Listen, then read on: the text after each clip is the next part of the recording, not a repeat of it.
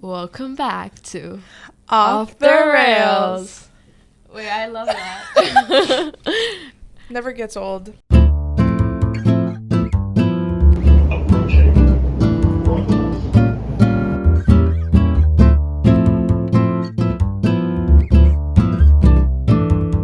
We're so happy to be back again. Another week, another episode of us talking to you guys. Heck yeah. So we'll start with housekeeping, right? Yeah, sorry. I'm having do a little bit of housekeeping. Yeah. I want to say that we're so happy that there's people out there listening to us.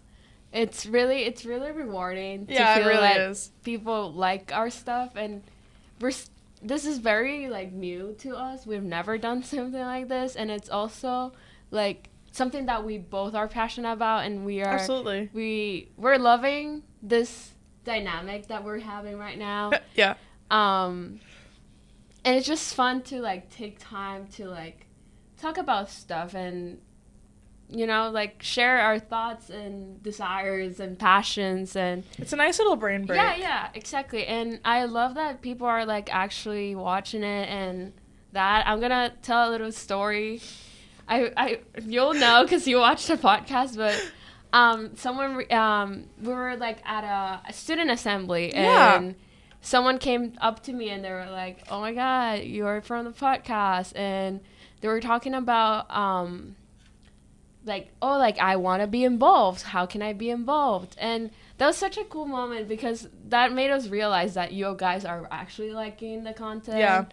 And we're slowly gonna grow. We're like not. We're working big. on it, guys. Yeah, we want people to come more.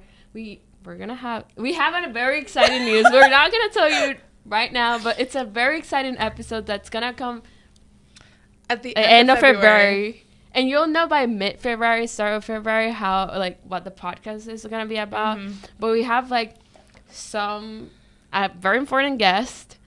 But from that story, we started talking between us how to slowly incorporate more people onto the podcast, and because as we said, it's very new to us. We want this to be an ongoing thing, and we don't want it to end with us going away. So we have talked between us, and we have come up with something to start incorporating more people, as I was saying.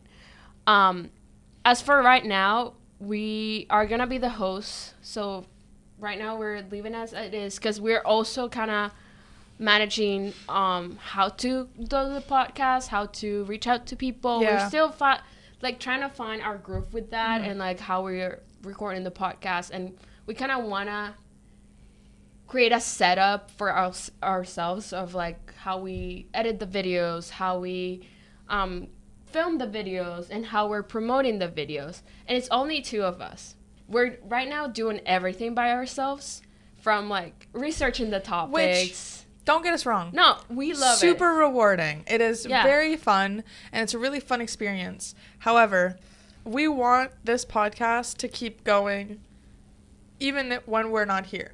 We wanted to set up this podcast as kind of an information hub for anyone who loves architecture as much as we do, who just wants to get more educated, who wants to feel I don't know, if you're a late night at studio and you just want to feel like you have some of your friends that you're just chatting next to keep you company, that is who this podcast is for. It's also for people who are unsure if they want to go into architecture. We want to be the people for anyone and everyone inside architecture and out. We want to be whoever you need us to be, essentially. And so that is a message that's a lot stronger than just the two of us. And we want it to continue and to keep going, even though we won't be at Northeastern for the rest of our lives, unfortunately.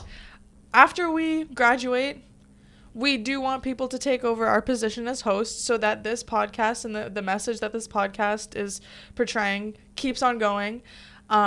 We would love for it to be expanding, basically just reiterating everything that Aysha said, but we have some positions that we would like to kind of integrate slowly integrate into maybe one day we'll have more than us hosting this, but right now we we need to figure out our strategy. And I think we need people that help us build that strategy and that unique image that we want to create. One of the things that we want is a kind of editing team. This can be 1 to 2 people that kind of edits our podcast, so audio and video. Again, slowly but surely, just so that you can kind of get into the groove. If at one day you want to become a host after like editing for so long, that is totally an opportunity for you. Another position that we would love for someone to kind of get involved with is social media managing, because we've dropped the ball on social media managing recently, but it's okay. We're getting better. I am the one who manages the part of the media, like the Instagram, and I manage the TikTok. Yeah, but also she edits all our videos and audio, so she has that responsibility too. Again, so super fun stuff. Yeah, it just does get like a lot, especially when school comes first. But it's rewarding, as we mentioned before. So if you have like 1 or 2 people that, if you really like doing it the way that I do, like just is a really nice brain numbing exercise or brain numbing activity. Oh, we're also like open, like if you come in and you want to do this, like we're open to suggestions of like how we should edit the videos, or like, you know, like the audio, how should we record. With the editing of the recording and video, we also wanted someone who knows how to record professionally. Yeah. Well, not professionally, but like more formally than we're doing right now, because right now we're filming on phones and on laptops and on iPads, and it's not the best thing because sometimes it's just hard to get the videos into like the drive, or like they're too long. Yeah. Also, additionally, we have some ideas on wanting to take this podcast outside of the pod lab. Yeah. And so like all these different things are going to require more of a more team. Knowledge and more of a team. Yeah. Because like, even if also, I don't want to say like you need to know how to do these things, because like I think anybody who wants to really do it can do it, and we're not looking only at skills. We're looking at people who are passionate about doing this and like want to learn. Yeah. So like, if you don't know anything about it, I have some knowledge. We have some knowledge on camera. I'm like, we didn't have any background in podcasting before we started this. Yeah. But if you're willing to learn and you kind of want to do something after school, it's gonna look good on your resume, I guess. You can put it in or something. Yeah, well, I put it in. I did too. I have a podcast. Well, we have a podcast. I don't know. It's on my website. It's on my resume. I mention it constantly in interviews. Yeah, and people love it. People are impressed. Yeah. It's pretty cool. But yeah. So we also want someone who help us with that. If you want to do video, like record the video and also like edit it out, that's fun. Mm-hmm. But if it's 2 people too, we don't want to pressure you to like do everything. No, absolutely not. Justine also. This is fun. Yeah. Justine this is fun, guys. I promise. Like if you come in, Justine will help you. Telling you how she edits the videos and all that. Like, she'll teach you, and you also can always come and give us feedback on how we do stuff. Yeah. So we can be better at it. Basically, if you want to get involved, we want you to get involved. We would love to hear from everybody. So we're going to be, look out in the Northeastern Architecture Studio. We're going to be putting some posters up with QR codes where you can fill out a Google Forms of, like, how you want to help, how you think that you can best help. And... Yeah, and I'll be putting out, we'll be putting out Instagram posts about it. I think that's about it for housekeeping. Put out posters, and also, if you see us, come bother us. I promise we're really nice, guys. Do come to us, because we like to hear you. Like, the person who came up to me that day, I felt really happy. You really made my day. I mean, like, by proxy, made my day, because I am so happy that we got recognized. It was like so rewarding to be like, oh, we're doing this for other people. That's like not just us and like our families that are just like listening. It's nice to know that we reach a more vast crowd. And also, I look at our statistics on Spotify.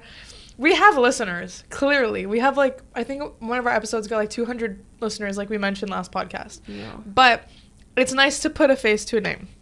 Yes. And to actually, like, see the people that listen to this podcast. So, by proxy, you made my day. Yeah. Please come talk to us again so that we can get your name.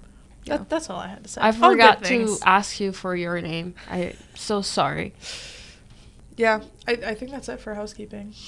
Yeah. Thank you. Thank you for everyone. So, to everyone. On to our cool topic of today. Okay. I'm so excited. This is like me living out my dreams of becoming a true crime podcast host. So this episode is about Taliesin. Yes. It is about the life of the building of Taliesin that has gone through 2 different iterations, and the 1914 massacre that happened at Taliesin that led it to be rebuilt to what we see now today. It's mainly gonna be you. Like a conversation. You tell me all this information, right? Yeah. Because this is a first part of 2-part series about Frank Lloyd Wright. We can make it a whole freaking thing. If you really want to. And we can bring Amanda Lawrence, maybe, if she really wants to come and also talk about her research. Yeah. That would be really awesome. Yeah. But we'll see. She's one of Northeastern's gems, I truly believe. So this is a 2-part series. Yeah. So the first one is this episode, which is going to be Justine talking about this. And then the second part, it's going to be me. And you'll know the topic once it comes out. I don't even know what the topic is. Yeah. Which is great. Which is great. I don't want to know what it is. So she's going to be asking me questions. Yeah. Hopefully I can answer that. No pressure. And I'll be asking her questions. And hopefully she can answer. And if she doesn't, we'll look it up on Google right now. Like we did last time. On live. Yeah. And we'll learn together. Yeah. That's the whole thing of it. Exactly. Yeah. So. Let's go back. Let's go back to Taliesin. It was first designed and built in 1911. So what makes this place so special is that Frank Lloyd Wright wanted this building to be always evolving, wanted to be there wasn't really like an end date to its construction, because he wanted Taliesin to constantly be renovated or evolving with all the time that he was spending there. Interesting. So in his mind, there's not really an end date to this project. Well, it ended with him. Everybody else says, well, the first construction ended in 1912. So like it took a year and a half to build. Which is not that bad. Which is pretty good, yeah. So it is now said to embody Frank Lloyd Wright's characteristics of organic architecture, but also takes a lot of components of the Prairie House. What is organic architecture and the Prairie House?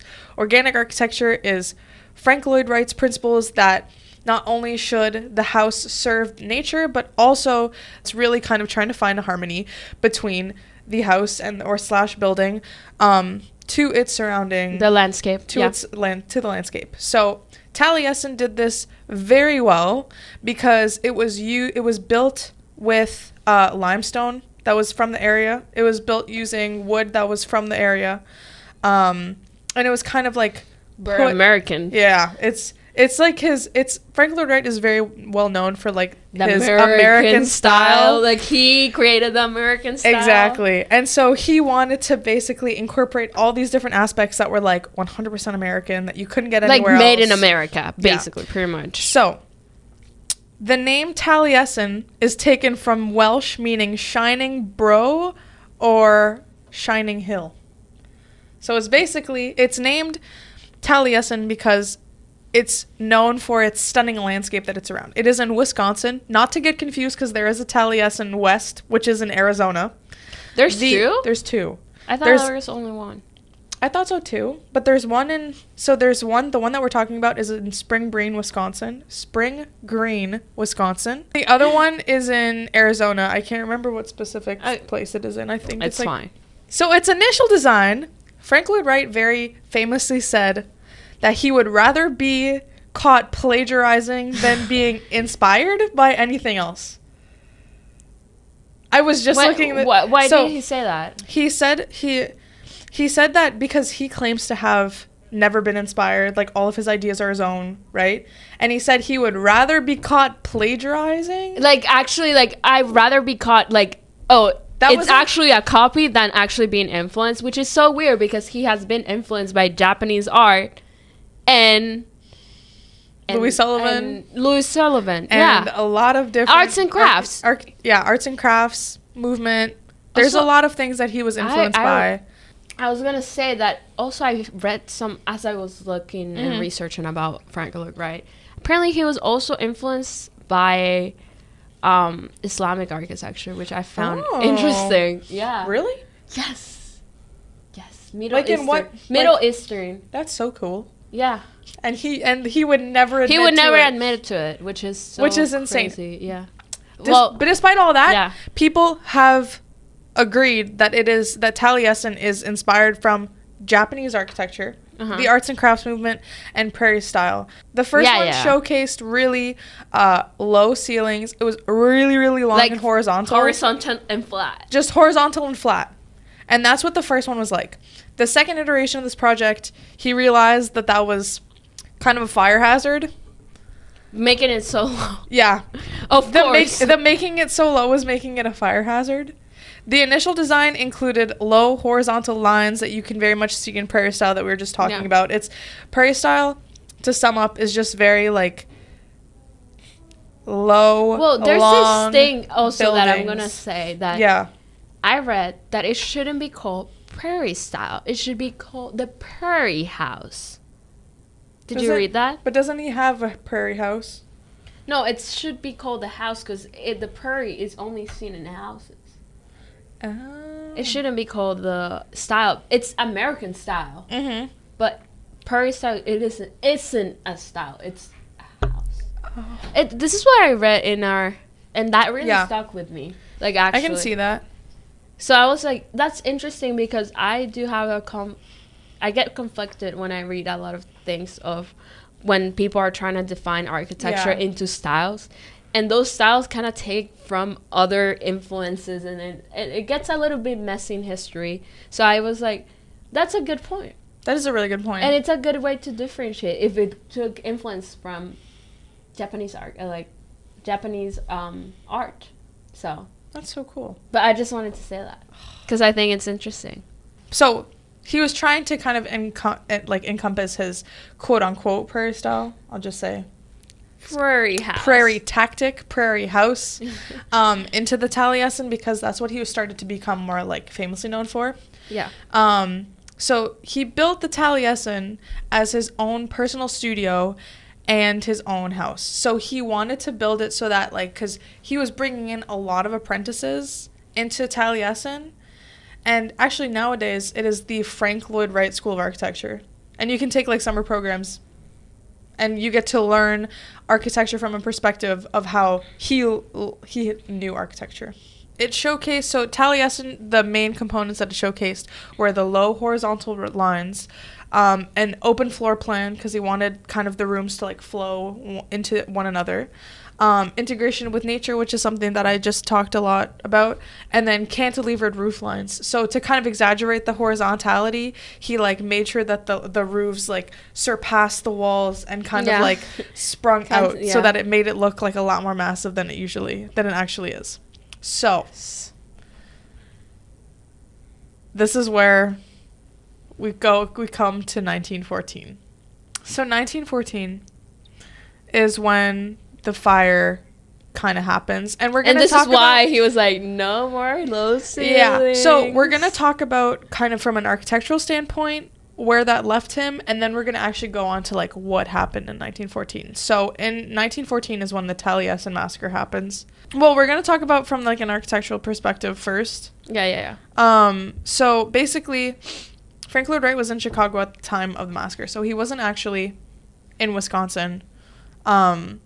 And so when he got a phone call saying that his beloved Taliesin had burnt to the ground, and the only thing that kind of stayed were the structural stone walls. Also, unfortunately, a lot of people died, so he wasn't too happy with that. But basically, everything was burnt, including some of his final copies of the Voss Smith portfolio. which was a huge deal because the Vossmuth portfolio is kind of like what made him famous around the architects. I feel like mostly, and it made him kind of like more famous in Europe as well. Yeah, because it was developed in Berlin. He had a pit stop in Berlin. Yeah. So the Vossmuth portfolio is in German. Yes. And then he went to go live in Florence for I think like 4 or 5 years, and then he came back. And when he came back is when the Taliesin massacre happened. It's said that there were only like 30 copies, I think. Yeah. Of it. And now but we're really not sure about that. Yeah. Yeah. So after the 1914 fire, he decided that there was some structural changes that needed to be made. And because he was dealing with kind of this tragedy and all the people that he lost in the fire, he kind of like threw himself back into work. And so his first project was kind of rebuilding Taliesin to like how amazing it was before. And so he included thicker walls, so thicker stone walls with better insulation so that it was actually fireproofed and had like more attention to the fireproofing. Mm-hmm. There was more spacious rooms, so it was more open concept so that, again, from like a fire hazard standpoint, it would like be harder for the fire to spread if there's like less walls. There were higher ceilings, which kind of tore away from the prairie house. Well, they were still flat. Yeah, they were still lower than what you usually see. Yeah, but they were higher because how low they were before was kind of like over exaggerated. So he was like, all right, let me dial it back and like do you know how many feet? I could not find that information. I was trying to figure it out. I would like to know. I was trying to figure it out. How tall is he? Frank Lloyd Wright. He's short. Frank Lloyd Wright. I shouldn't say that because Frank Lloyd Wright is 5'7". He's 5'7". His average height, whatever. What is the average height of a man? 5'9". 5'9". Okay, he wasn't that far off. Ceiling in Taliesin. It's slightly more than 6 feet. I would be so claustrophobic. He's 5'7". I'm 5'8", 5'7.5" if I'm slunched down. I don't really know. The hallways and entryways are 6 feet tall. I don't like it. Yeah, that's claustrophobic. Yeah, we built like minimum 8. I feel know. like minimum. And even 8, people are like, ooh. Like, I think the room that we're in right now, if you count like all the soundproofing and HVAC systems, I think is just above 7 because the doorway is 7. So it's maybe like 7.5. Huh. Which. Yeah, but like without it, it's like 8. Yeah. But still. And these are like low ceilings. Yeah, it does feel like a for basement, institutional architecture, which is weird. Anyways, I'm interested. So now the ceilings are taller than what they were. After all these improvements were made, he also incorporated like a ton of glass because he really wanted to like accentuate the landscape, and that was like something that he really was interested in. Yeah, frame the landscape pretty much.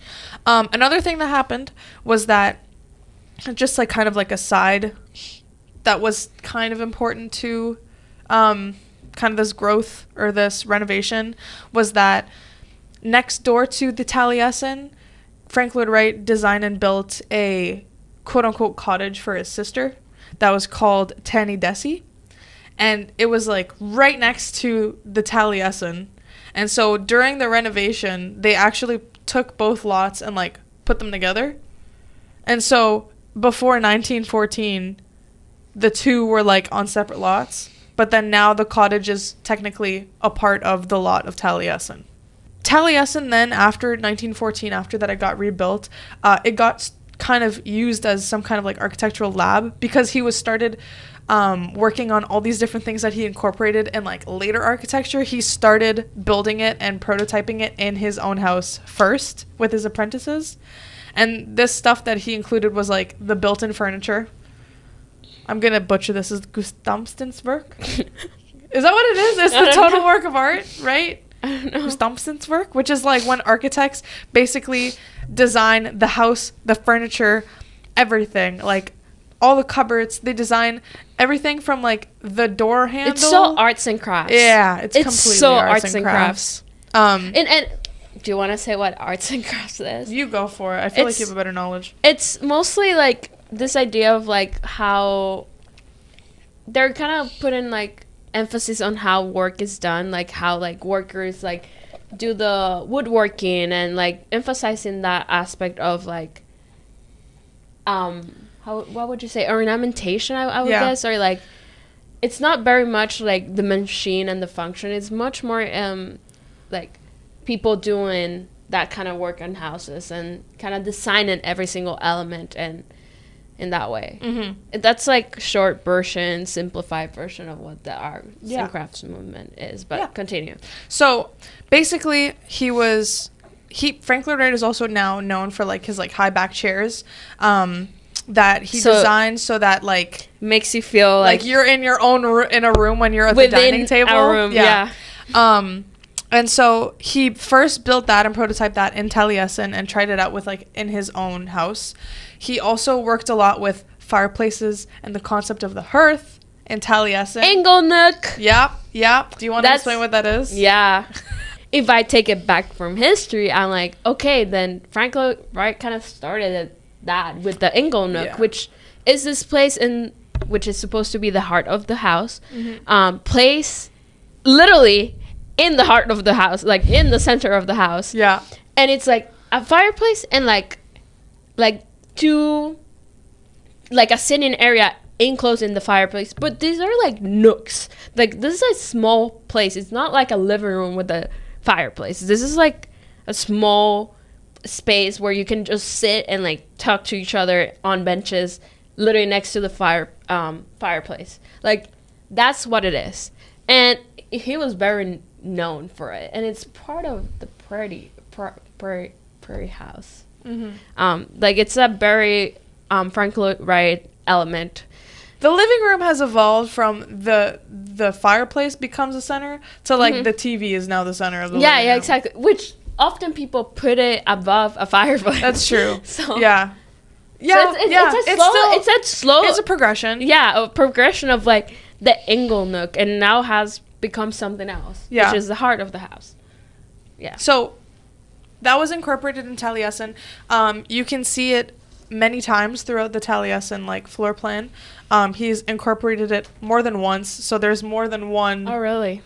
Didn't know gathering spot in Taliesin. So there's many hearts of the house. Yep. Interesting. I know. It's because he said he was experimenting with different like concepts, so you can see that throughout there's like multiple. I think it might just be an ornamental thing. Flat. Yeah, it might just be an ornamental thing, and he was just playing with the style. Wait, that's weird, because what if, like, didn't he rebuild it because of the fire, and then he's put in so many fireplaces? He said maybe it was like a way to show like the structure, like, oh, this is not gonna burn even if there's some show offish. Because he is like that. He is like that. So, well, he was no longer with us. Rest in peace, I guess. Hold on. He kind of haunts Taliesin nowadays. Oh, so he is kind of with us. He kind of is. Okay. We're gonna talk about that too. So he doesn't seem like the kind to bother haunting people. What? Well, I guess I so disagree. Well, I guess he's own house. He's so like arrogant. He does not want anyone to forget him. He is I constantly guess. gonna be at Taliesin being like, guess who built this? You know, like, okay. So just briefly, I got into this and I was like, oh, cool, like paranormal. We know I love a good true crime story, which is why I'm super excited to do this. And I'm gonna shout out my my favorite comfort podcast ever, Morbid, because I listen to them nonstop, and they got me really, really into paranormal, because I used to really not like, but yeah, I really do love a good true crime moment. Paranormal I've started to actually really enjoy, and I've started to believe in more, so this was like fun for me. This is like a fun little research thing, but I thought that it was just like there was like one person that I kept on seeing that they were like, oh yeah, they haunt the place and you can see them like wandering down the hall, and I thought it was that. I was so wrong. There is so much that happens in Taliesin. We should turn off the lights at this moment. Do like a story in the dark. It's dark now. The Taliesin Massacre. It's unfortunately a very brutal story.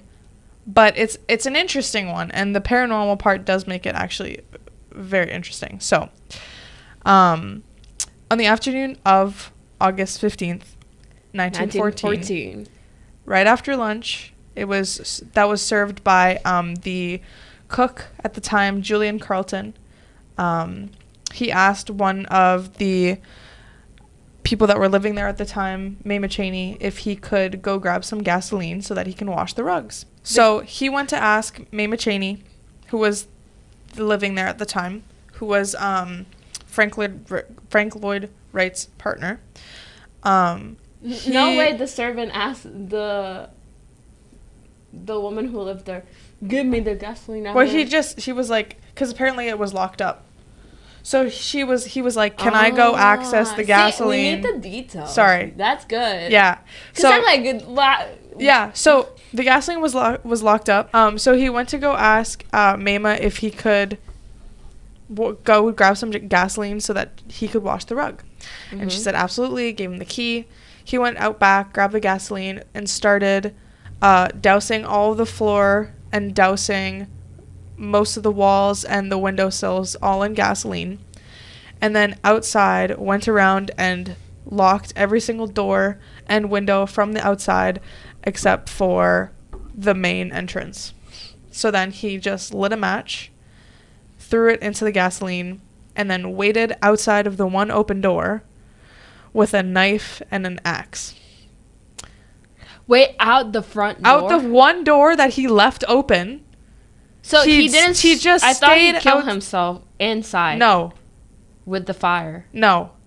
He waited outside for them if they were to go outside. He basically was like, if anyone survives the flames, I'm going to be waiting outside that door to make sure that no one survives this. So... With an axe? With an axe and a knife. Wow. Brutal. Absolutely brutal. It is brutal. I thought it was just like initiated fire and then... No. Like he thought this out. Oh, it was definitely planned. It was definitely planned. So the thing is, though, is no one really knows why he did it. And he never explained himself. He never explained why he did it. There's a lot of theories. There's a lot of theories. Are you going to go through I'm going to go through them. But, so... There was, by the way, one survivor. Okay, but before that, yeah, was there anyone around the house? Like, there were houses built around the house, or was this house kind of isolated? No one said anything. I couldn't find or heard anything. No, I couldn't find anywhere that there were witnesses to this, and so there were 8 people that were murdered, including Mama Cheney and her 2 kids. John and Martha, who were 11 and 9 years old. Yeah, but did you mention who named Cheney is? Yeah. Oh, you did. Well, going back. Yeah, Mama Cheney is basically Frank Lloyd Wright's lover.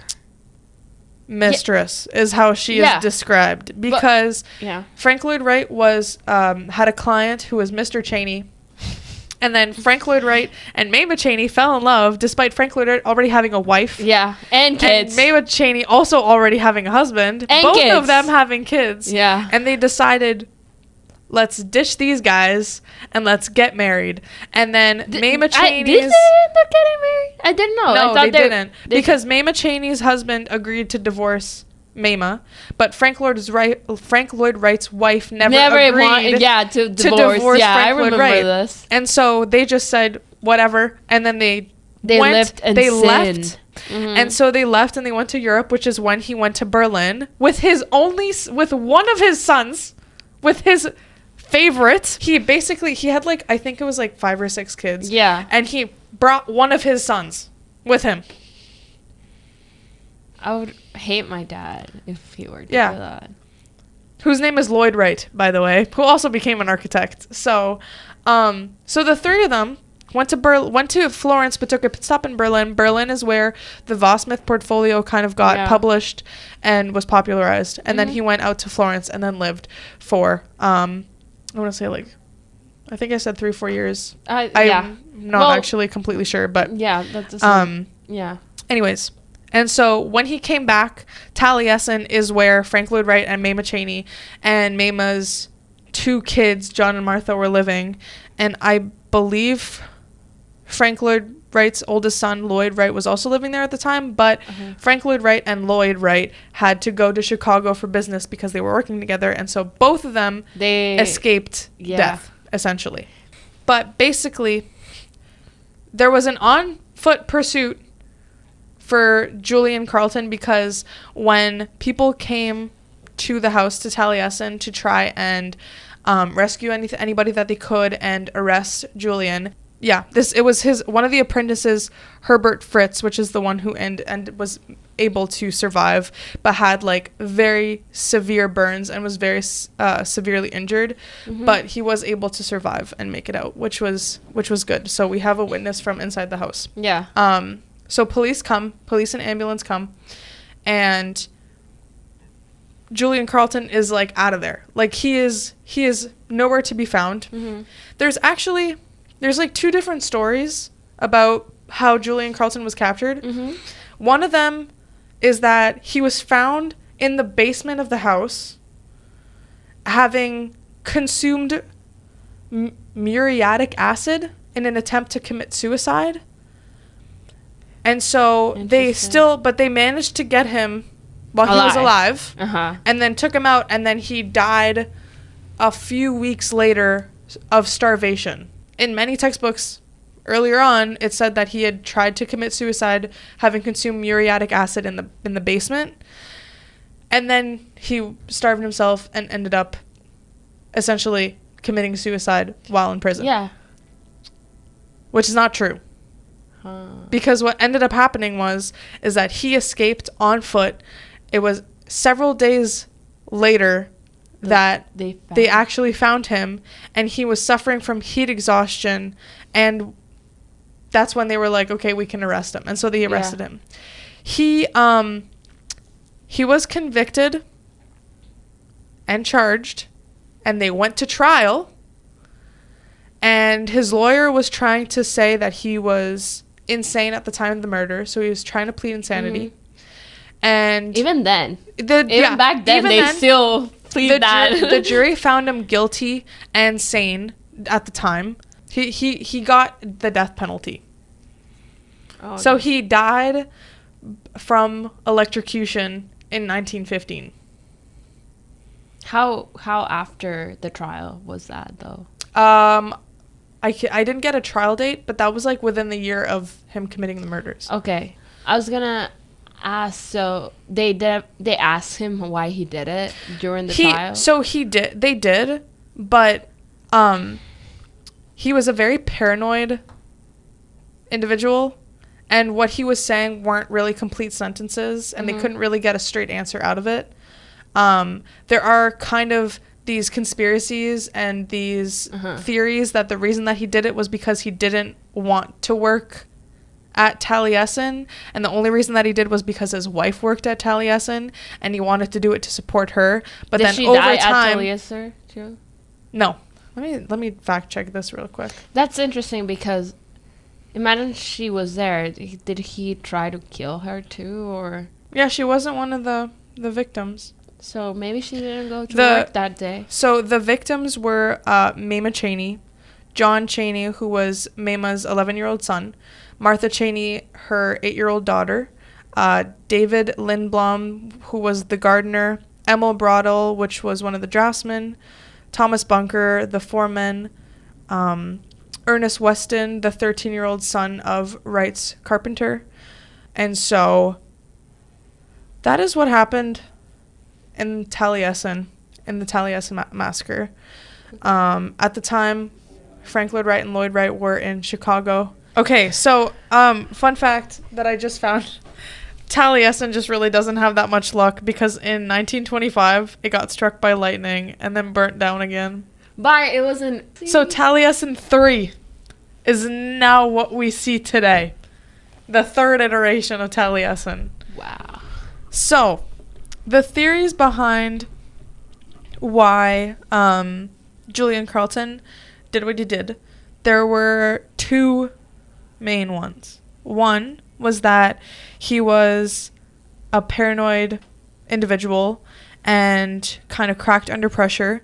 It is said that today he would probably be diagnosed with paranoid schizophrenia. So he was mentally unstable. Oh, like very much. So the trial wasn't fair.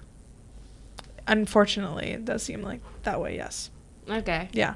The other theory is just kind of like he was a sane person, but he just didn't want to work there. And he had started building up resentment because he was being poorly treated by the people there. And so to kind of get back at Frank Lloyd Wright for improperly treating him and his wife, this was kind of his revenge. I don't know. Which one do you those believe are the more? two. I think it's kind of a mix of both.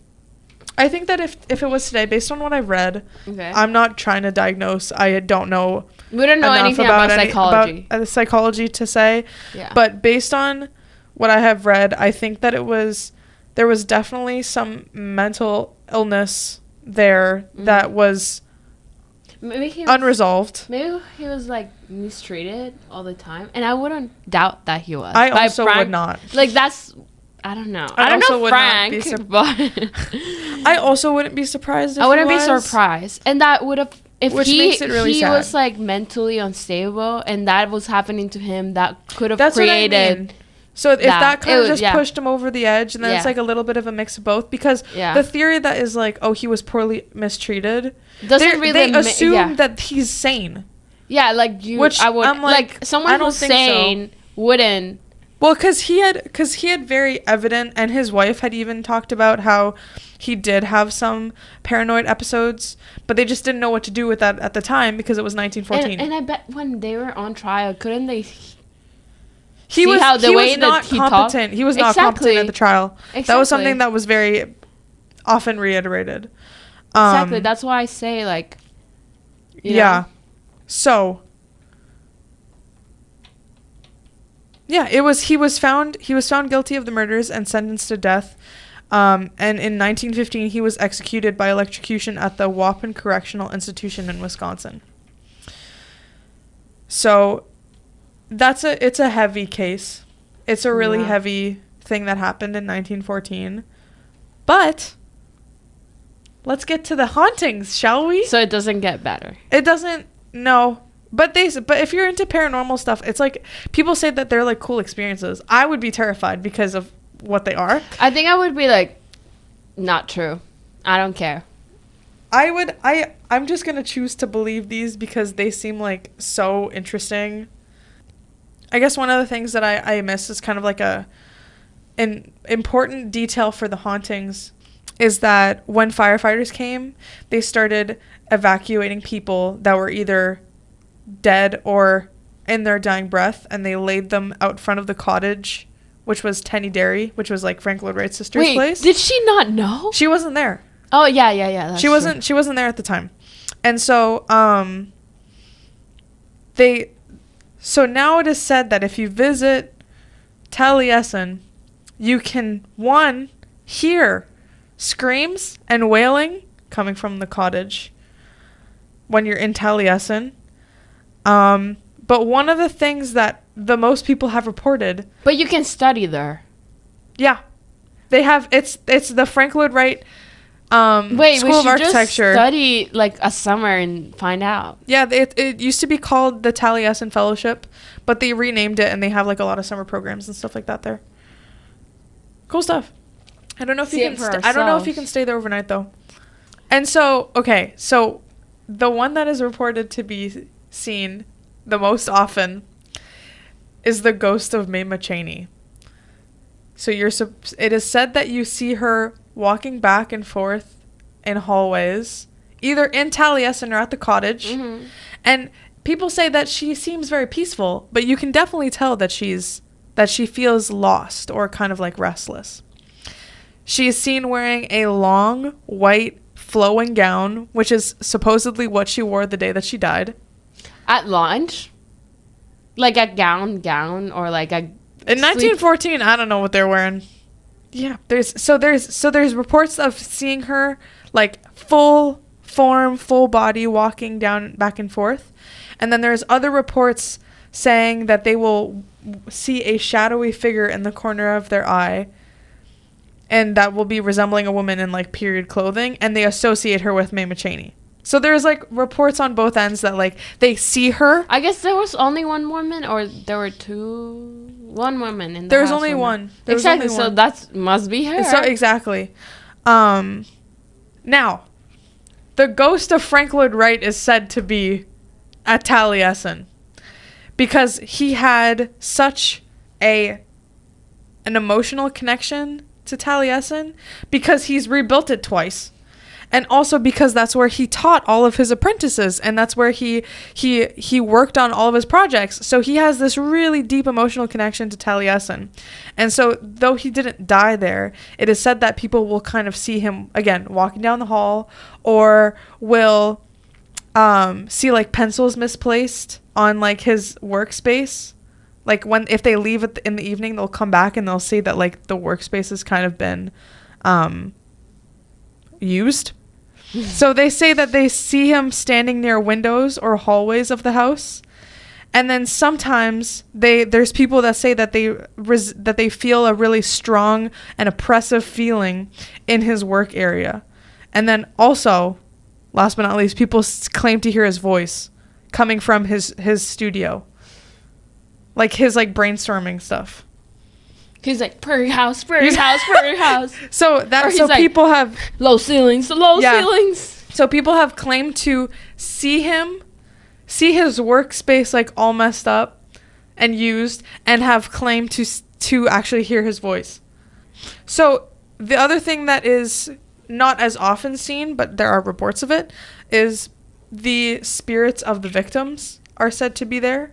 Mm-hmm. And so there are some people that have reported seeing ghostly apparitions of the kids, of John and Martha Chaney. And they also claim to hear children's laughter, which I think is horrifying. So there's people that hear children's laughter, and then some people will hear like a group of people talking, and some will hear crying, all coming from the kitchen, which is, again, terrifying. Another thing that people will claim to see are flashes of light, like orange flashes of light coming from the kitchen if they're like in another room. Wow, that's interesting. There's so many. The flashes of light sounds like that's made up. Yeah. Like, so, if I had to believe some of them, I would believe that like the laughter is like the sounds. Yeah. First of all, I don't know, and I don't think I believe it, but if I had to believe something, it would be that, not the lights. I don't think that I have enough of you're supposed to have like some kind of like a sense, or like something that you're just like, you have like better instincts when it comes to this stuff. I don't have that. Thank God. I don't think that I would be able to do it. Like if I could just like, if I saw ghosts, I don't think that I would have the gut for it. I don't think it would work out well for me. I feel like I'd be like, nope, never. I don't think I would ever sleep. I don't think I'd ever sleep. I would be terrified. But I like to think that nothing would happen to me and be like, I'm I overthink way too much. You're not gonna touch me. So I don't know a lot about ghosts because I've never seen one. Oh, surprise! Don't wish that on they yourself. Don't exist. Crazy. I disagree, but everyone has their own opinion. I don't know. I don't know enough about it. I'm like, I don't know what's going on in the paranormal, so I'm not gonna mess with it. Chilling. Yeah, I'm not gonna mess with it. Okay. But anyways, back to, there's two more things. Yeah. That we're almost done. Yeah. There's two more things that are said to kind of to haunt, and then I'll say the one, the kind of less freaky one, and then I'll end on the more kind of like scary one, because this is kind of terrifying. I'm excited. So one of the things that again is more that are reported is that people who visit Taliesin reportedly hear unexplained sounds. So Taliesin, you can kind of have a guided tour or like a closed tour, and so there's a limited amount of people.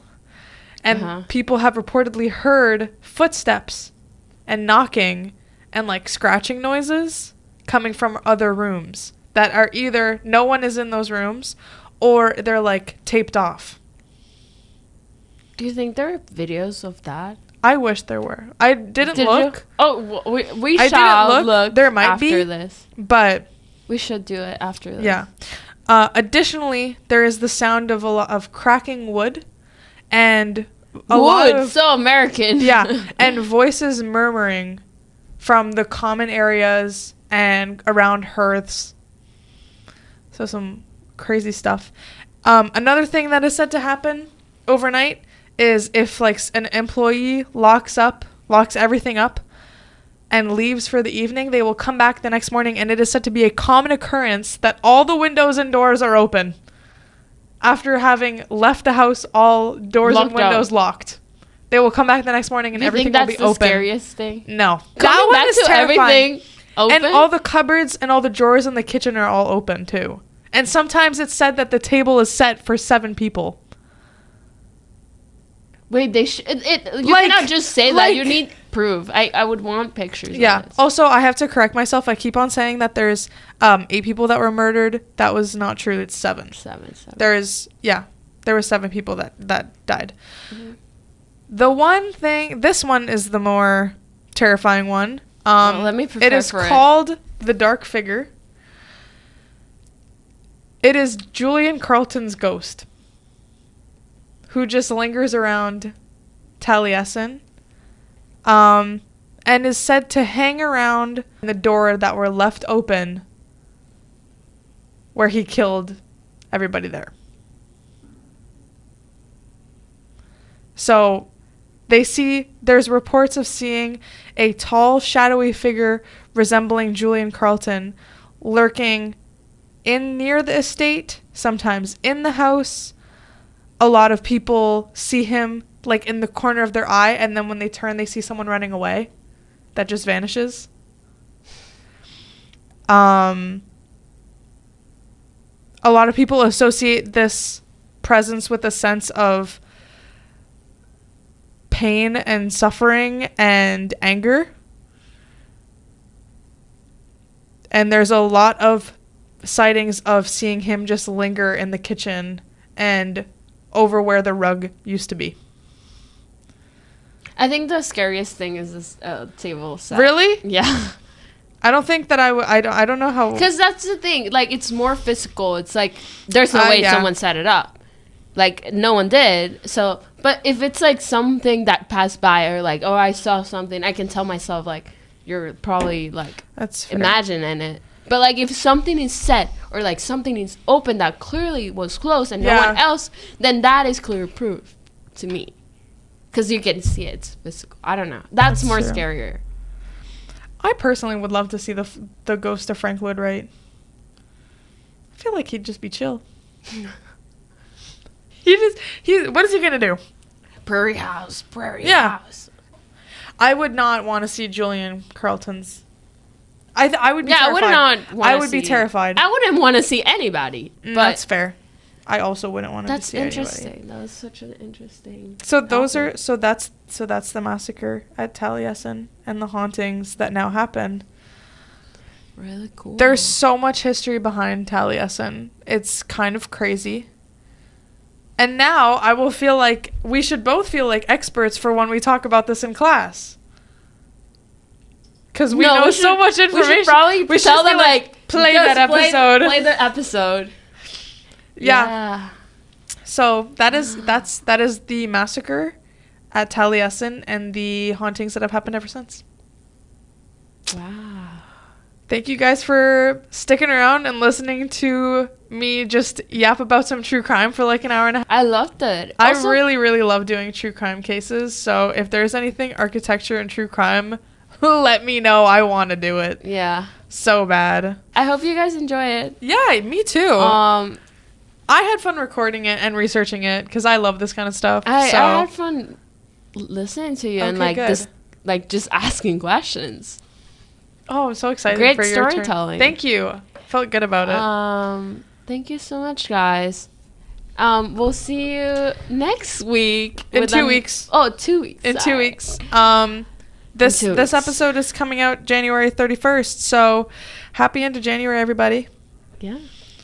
And then the next episode is going to come out on Valentine's Day.